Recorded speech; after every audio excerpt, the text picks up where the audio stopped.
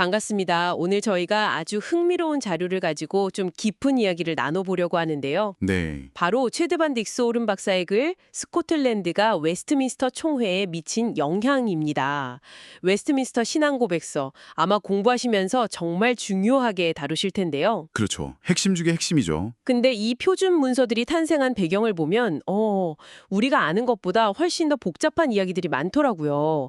특히 17세기 중반 영국과 스코틀랜드 그 관계 속에서요. 맞습니다. 이 딕스 오른 박사의 연구가 바로 그 지점을 파고드는 거죠. 스코틀랜드 대표단, 그리고 그 유명한 엄속동맹과 언약, 이게 과연 웨스트민스터 총회에 얼마나 영향을 줬을까? 이게 오늘 저희의 핵심 질문입니다. 네, 아주 중요한 질문입니다. 뭐랄까, 흔히 알려진 이야기와 실제 기록 사이의 간극을 좀 메워보고 이 웨스트민스터 표준 형성 과정을 좀 더 입체적으로 이해해보는 게 목표라고 할 수 있겠습니다. 자, 그럼 한번 시작해볼까요? 좋습니다. 그럼 이 연구의 핵심부터 먼저 말씀을 드릴게요. 결론부터 말하자면 스코틀랜드의 영향력, 특히 그 엄속동맹과 언약은 분명히 웨스트민스터 총회의 방향 설정에 결정적인 역할을 했습니다. 이건 부인할 수 없어요. 네. 하지만 그 영향력의 실체나 범위는 종종 뭐랄까 신화처럼 좀 부풀려진 면이 있다는 거죠. 그래서 딕스 오른 박사는 이 스코틀랜드의 기여를 제대로 이해하려면 총회가 처음 소집될 때 영국 의회가 내건 총회 소집령이라는 또 다른 중요한 문서와의 관계 속에서 봐야 한다. 이렇게 강조합니다. 그러니까 스코틀랜드의 역할은 인정하되 뭔가 신화적인 해석은 걷어내고 실제 기여와 한계를 좀 균형 있게 보자 이런 말씀이시군요. 바로 그겁니다. 균형이 중요하죠. 그럼 그 총회 소집령부터 시작해야겠네요. 사실 총회가 열리기까지 과정도 되게 힘들었다고 하던데요. 맞습니다. 딕스 호른 박사 글을 보면 무려 5번이나 시도가 실패했어요. 그러고 나서야 1643년 7월 1일에 겨우 총회가 시작될 수 있었죠. 5번이나요? 와. 네, 영국 의회가 이 총회 소집령으로 총회를 소집했는데 목표가 2가지로 명확하게 제시되어 있었습니다. 첫째는 영국 국교회의 정치와 예식의 확립. 정치와 예식의 확립. 네, 근데 이게 그냥 현상 유지가 아니라 더욱 완전한 개혁을 요구하는 당시로서는 상당히 급진적인 목표였어요. 그러니까 처음부터 개혁 의지가 상당히 강하게 담겨 있었군요. 두 번째 목표는 뭐였나요? 두 번째는 영국 국교회의 교리의 옹호와 해명이었습니다. 옹호와 해명. 네, 여기서 좀 재밌는 건 기존 교리, 예를 들어 설mit개조 신요 같은 걸 뜯어 고치겠다. 이게 아니었어요. 그거보다는 교리가 받고 있던 거짓된 중상과 해석에서 벗어나게 하는데 초점이 맞춰져 있었다는 거죠. 그러니까 소집령 자체만 보면 교리 개정보다는 해명 쪽에 더 무게가 실려 있었던 셈입니다. 그렇군요. 근데 여기서 의회의 역할이 상당히 중요했던 것 같아요. 의회가 총회를 완전히 통제하려고 했다면서요? 네, 바로 그 점이 핵심입니다. 의회는 총회 의제부터 시작해서 누가 발언할지, 심지어 회의 결과 보고까지 모든 걸 자기들 승인 아래 두려고 했어요. 거의 다 간섭했네요. 그렇죠. 이게 바로 국가가 교회 문제에 우위를 가지려는 그 유명한 에라스투스주의, 에레스티아니즘적 경향을 아주 잘 보여주는 대목입니다. 이 긴장 관계는 나중에 웨스트민스터 신앙고백서 23장 국가위정자 조항이랑 31장 대외와 협의회 조항에서 교회와 국가 관계를 어떻게 정할 거냐 이 문제로 직접 이어지게 되죠. 그런 복잡한 상황 속으로 이제 스코틀랜드 대표단이 딱 들어오는 거군요. 1643년 9월이었죠. 알렉산더 핸더슨, 사무엘 러더포드, 그 유명한 분들요. 맞습니다. 핸더슨, 러더포드, 조지 길레스피, 로버트 베일리 같은 인물들이 도착했습니다. 근데 이분들이 공식적인 투표권이 있는 회원 자격 대신에요. 투표권 없는 옵저버 자격을 선택했다는 게 좀 흥미로워요. 옵저버요? 왜 그랬을까요? 베일리 편지를 보면 아마 완전한 회원이 되면 영국 의회나 왕에게 좀 종속될 수 있다는 우려, 그런 것 때문에 독립적인 발언권을 유지하려고 했던 것 같아요. 하지만 투표권 없다고 가만히 있었던 건 전혀 아니었습니다. 그랬군요.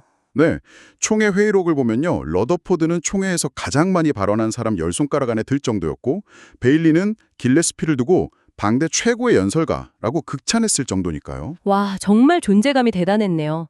그런데 딕스 오른 박사는 바로 이 지점에서 후대의 평가가 좀 과장된 면이 있다 이렇게 지적하는 거죠. 특히 그 길레스피랑 존 셀던의 유명한 논쟁 이야기 같은 거요. 정확합니다. 그 길레스피가 단 한 번 연설로 당대 최고의 학자였던 존 셀든의 에라스투스주의 주장을 완전히 박살냈다는 이야기가 있잖아요. 네, 저도 들어본 것 같아요. 네, 거의 전설처럼 내려오는데 딕스 오름 박사는 제임스 리드의 기록 같은 걸 비판적으로 검토하면서 이게 사실과는 좀 거리가 멀다고 분석합니다. 약간 후대의 길레스피를 너무 영웅적으로 묘사하려는 경향이 있었다는 거죠. 아하. 심지어 당시 회의록에는 길레스피 주장이 때로는 너무 과격하다는 동료들의 평가도 남아있거든요. 그러니까 실제 역사는 훨씬 더 복잡했다, 이렇게 봐야 합니다. 뭔가 영웅단 뒤에 숨겨진 진짜 모습을 보는 느낌이네요. 자, 그럼 이제 스코틀랜드 영향력의 핵심이라고 할 수 있는 엄숙동맹과 언약, 썰럼 리그 앤 커버넌트로 넘어가 보죠. 이게 1643년 9월 25일에 체결된 거죠. 네, 맞습니다. 영국 의회랑 스코틀랜드 의회사에 체결된 문서인데요. 이게 중요한 이유는 단순한 군사동맹, 그러니까 리그를 넘어서서 새 왕국, 잉글랜드, 스코틀랜드, 아일랜드의 종교개혁, 즉 커버넌트를 함께 이루겠다는 아주 신앙적인 언약의 성격을 띠고 있기 때문입니다. 단순 동맹이 아니라 신앙적 언약이다. 그 핵심 내용이 뭔가요? 첫 두 조항에 그 핵심이 담겨 있습니다. 제1조는 하나님의 말씀에 따라 스코틀랜드 교회의 개혁된 신앙을 보존하고 잉글랜드와 아일랜드 교회를 개혁하고 나아가 새 왕국의 교회를 가장 가까운 연합과 통일성, 니어레스트 컨정션의 유니포미티로 이끌자, 뭐 이런 내용이고요. 여기서 통일성, 유니포미티라는 단어가 중요하겠네요. 네, 앞으로 총회 논의에서 계속 등장하는 아주 중요한 키워드가 됩니다. 그리고 제2조는 그 감독제, 프렐러시 폐지를 약속했다고요. 맞습니다. 그냥 막 막연하게 감독제 없애자 이게 아니라 아주 구체적으로 정의를 내려요. 대주교, 주교, 그들의 재판관, 대리인, 참사회장, 참사회원, 부주교 및 성직계급에 의존하는 모든 교회 직원들에 의한 교회 정치, 이거를 뿌리 뽑겠다 이렇게 명시했죠. 와, 정말 구체적이네요. 네, 이렇게 구체적으로 정의해서 나중에 딴소리 못하게 하려는 뭐 그런 의도가 있었던 것 같습니다. 그런데 여기서 진짜 흥미로운 지점이 나옵니다.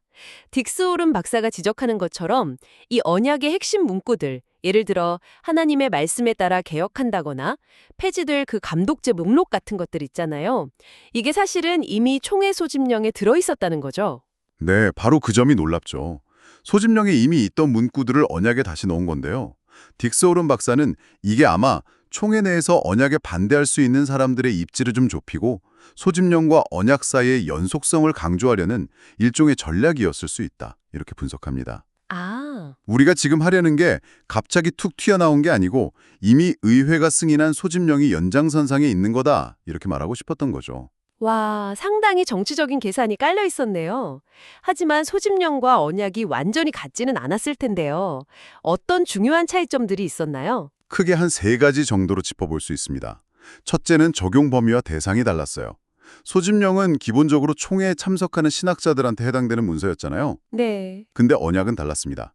이론적으로는 모든 교구의 모든 성인 남성, 심지어 일부 여성까지도 서명하도록 요구됐거든요. 와, 전 국민 대상이었군요. 그렇죠. 딕스 오렌 박사가 김중락 박사 연구를 인용하면서 설명하는데 스코틀랜드가 그냥 동맹 대신 언약 형태를 고집한 이유 중 하나가 바로 이 개인적이면서도 국가적인 차원의 아주 광범위한 약속이라는 성격 때문이었습니다. 아, 훨씬 더 강력한 구속력을 가졌겠네요. 두 번째 차이점은 뭔가요? 둘째는 법적인 함의가 달랐습니다. 소집령은 총회 운영을 위한 법적 근거, 예를 들어 총회 참석 때문에 본인 교구 비어도 처벌 안 받는 면책 조항 같은 걸 제공했지만 여러 면에서 좀 모호했어요. 네. 반면에 언약은 훨씬 더 급진적이어서 기존 법률하고 충돌할 가능성이 있었습니다. 특히 39개조 신조 같은 기존 신앙 고백을 바꾸는 걸 금지하는 법하고 직접 부딪혔죠. 아, 법적인 문제까지? 네, 실제로 이 문제 때문에 다니엘 피틀리 같은 일부 총회 회원이 이건 불법이다 하면서 총회를 떠나기도 했고요. 게다가 1604년에 만들어진 교회법에 따르면 기존 교리에 반하는 주장을 하면 ipso facto, 그냥 그 사실 자체만으로 자동 파문될 수 있다는 아주 심각한 위협도 있었습니다. 와, 정말 목숨 걸고 하는 거였네요. 마지막 세 번째 차이점은 개혁의 방향성이었다고요? 네, 그렇습니다. 셋째, 개혁의 방향성에 뚜렷한 차이가 있었어요. 아까 말씀드렸듯이 소집령은 교리 문제에 대해 주로 해명과 옹호를 강조했잖아요. 네, 그랬죠. 근데 언약은 여기서 한 걸음 더 나아가서 새 왕국 교회의 통일성, 유니포미티를 명시적으로 요구했습니다. 바로 이 통일성 요구가 웨스트민스터 총회가 구체적인 결과물들, 그러니까 통일된 예배 모범, 신앙 고백서, 교회 정치 형태, 그리고 유리문답을 만들어내게 된 직접적인 동력이 된 겁니다. 아, 그래서 웨스트민스터 신앙 고백서 1장 성경, 21장 예배, 25장 교회, 30장과 31장 교회 권직 및 회의 같은 조항들은 전부 이 통일성이라는 목표와 깊이 연결되어 있다고 볼 수 있는 거죠. 그러니까 언약이 없었다면 우리가 아는 형태의 웨스트민스터 표준 문서들이 나오기 어려웠을 수도 있겠다, 이런 생각이 드네요. 하지만 이 강력한 언약이 총회 내에서 아무 문제 없이 그냥 받아들여진 건 아니었겠죠? 물론입니다. 언약은 강력한 도구였지만 동시에 아주 치열한 논쟁의 불씨이기도 했어요. 예를 들면 하나님의 말씀에 따라 개혁한다는 그 문구를 두고서도 해석이 갈렸습니다. 어떻게 갈렸나요? 영국 측 신학자들 중 일부는 스코틀랜드 장로교 모델이 유일한 성경적 모델은 아니다. 우리 나름대로 성경에 따라 개혁할 여지가 있다. 이렇게 해석하려 했고요. 반반에 스코틀랜드 측 대표들은 스코틀랜드 모델이야말로 가장 성경적인 모델이고 따라서 통일성의 기준이 되어야 한다. 이렇게 주장하면서 맞섰죠. 아, 해석을 둘러싼 그런 힘겨루기가 있었군요. 또 어떤 논쟁들이 있었어요? 언약이 온갖 종류의 오류와 이단을 반박하는 만능 무기처럼 사용되기 시작했습니다. 사무엘 러더포드는 언약에 있지도 않은 설교 지침서까지 만들자고 주장했고, 라자루스 시몬 같은 인물은 자기랑 의견이 다른 사람들을 향해서 언약의 취지를 위반했다, 이렇게 비판하기도 했어요. 뭔가 언약이 원래 의도보다 너무 넓게 사용되면서 부작용도 나타난 거군요. 맞습니다. 그러다 보니까 우려와 불만도 터져나왔죠. 독립파 지도자였던 토마스 구디는 언약이 너무 넓은 의미로 받아들여지고 있다, 이렇게 걱정했고, 에라스투스주의 성향으로 평가받던 토마스 콜먼은 언약이 마치 모든 종류의 사람들을 때리는 몽둥이처럼 사용된다고 불평할 정도였습니다. 몽둥이라니 표현이 좀 격하네요. 심지어 총회를 소집했던 의회조차도 이런 상황을 비판했다면서요? 네, 아주 중요한 사건이 있었어요. 1646년에 나다니엘 파인스라는 인물이 의회를 대표해서 총회에 와서 아주 엄중하게 질책합니다. 뭐라고 질책했나요? 총회가 언약을 너무 자기들 마음대로 해석하고 휘두르는데 그럴 권한이 없다는 거죠. 총회는 의회가 부여한 소집령의 테두리 안에서 활동해야지 언약을 소집령 위에 두어서는 안 된다, 이런 경고였습니다. 여기서 다시 한번 의회의 그 에라스투스주의적 통제 의지가 드러나는 겁니다. 와, 정말 흥미진진하네요. 개혁을 향한 열정하고 정치적인 통제, 신학적인 논쟁이 아주 복잡하게 얽혀 돌아갔군요.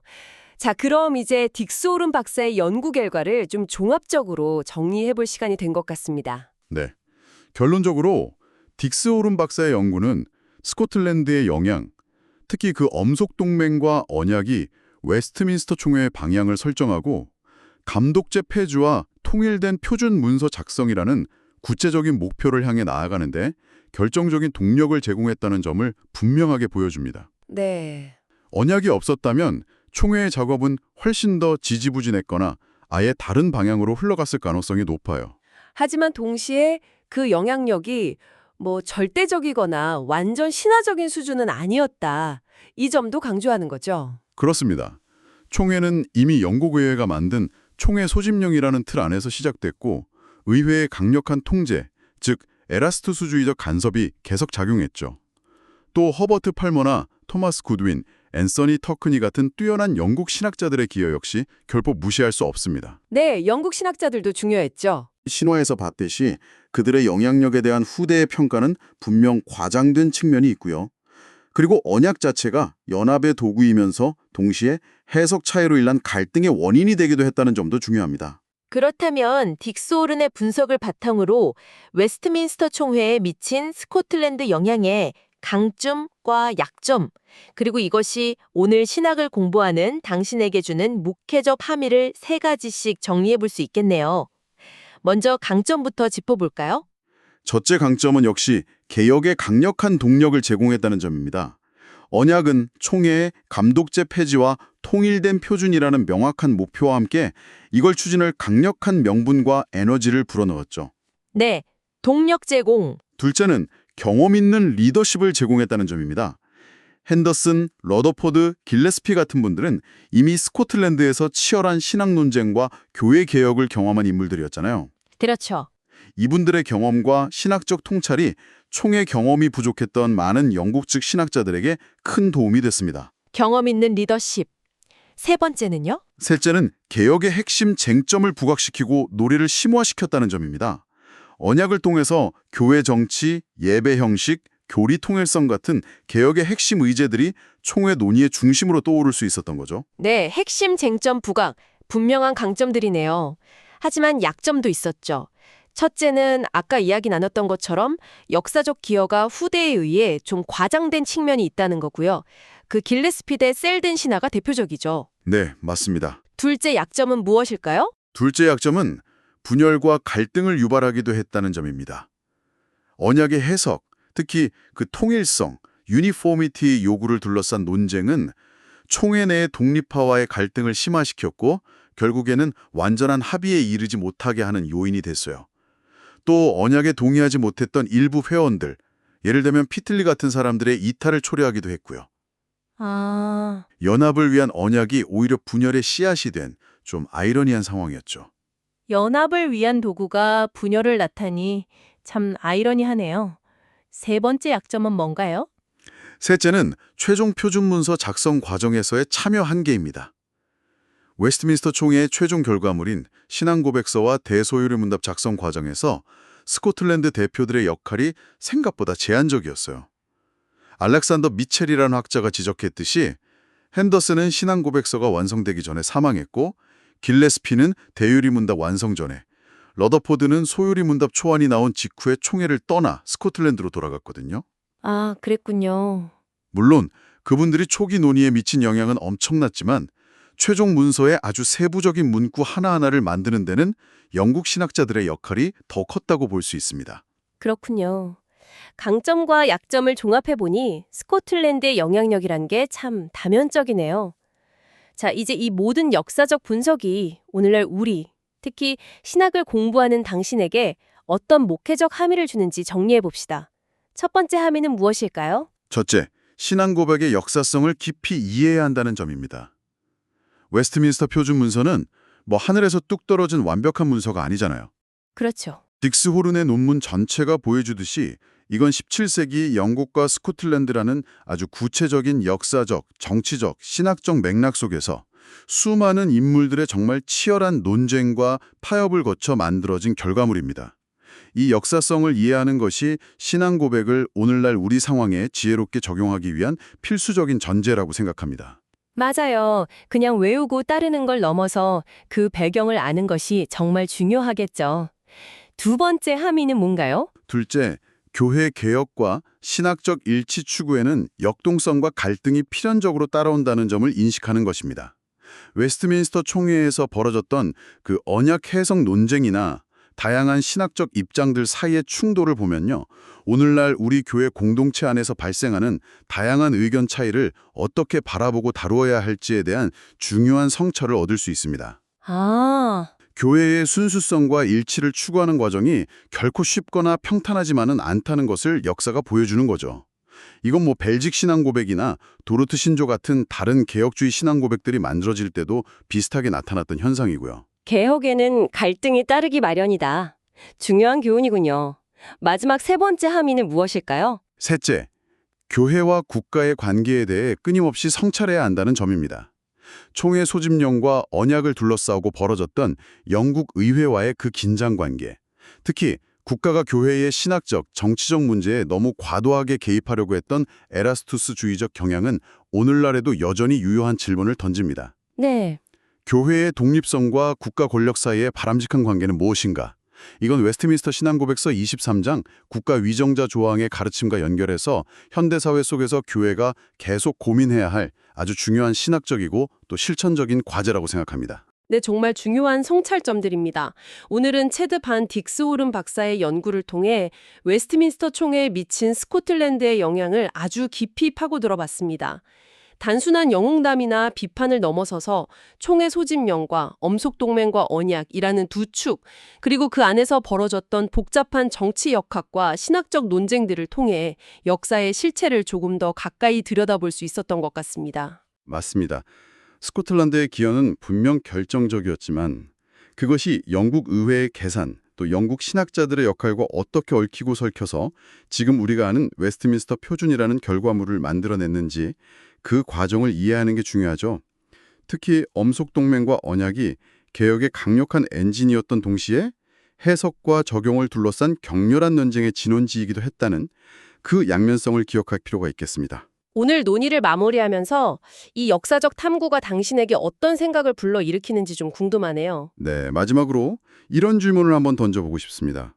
17세기 영국과 스코틀랜드 교회는 언약이라는 형식을 통해서 분열된 왕국 안에서 종교적 개혁과 통일성을 이루려고 했습니다. 그 과정에서 큰 동력을 얻기도 했지만 동시에 심각한 갈등과 예상치 못한 결과를 낳기도 했죠. 네. 그렇다면 오늘날 여전히 여러 면에서 분열된 세상 속에서 우리 교회 공동체는 어떤 방식으로 거룩한 연합과 신앙의 순수성을 추구해야 할까요? 당시 언약이 가졌던 신학적 이상과 정치적 현실 사이의 그 긴장, 그리고 그 실천 과정에서 겪었던 어려움들이 21세기를 살아가는 우리에게 주는 교훈은 무엇일지 한번 깊이 성찰해 보시면 좋겠습니다. 깊은 질문을 남겨주셨네요. 오늘 심층 탐구는 여기까지입니다. 다음번에도 흥미로운 지식의 세계로 함께 떠나보겠습니다.